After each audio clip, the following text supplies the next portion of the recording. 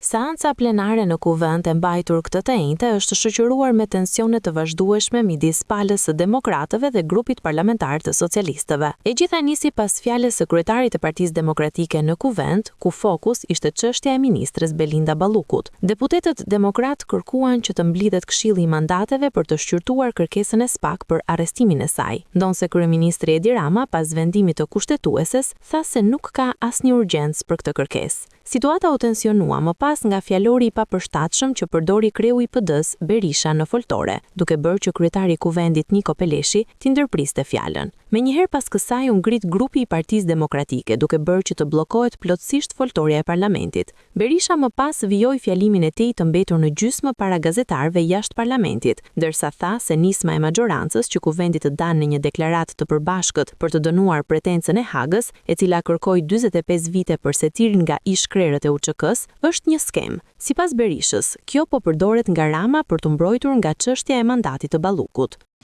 Si të shifni, këta kanë të merë.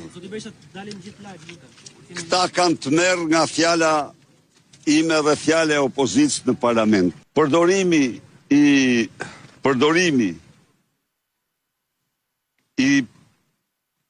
udhëheqësve të ushtrisë shërbimtare të Kosovës dhe udhëheqësve politik të Kosovës nga një kriminal ordiner si mburoj është një akt i shëmtuar. Ne sigurisht që unë kam shprehur pikpamjet e mia lidhur me atë proces, por edhe një herë kjo tregon se sa të ulët janë këta dhe çfarë janë gjendje të bëjnë për të mbrojtur vjedhjet e tyre.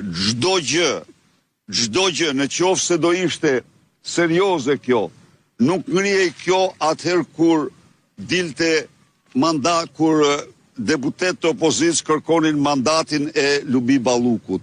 Kjo u ngrit vetëm e vetëm si një mënyrë për të kaluar çështjen e mandateve.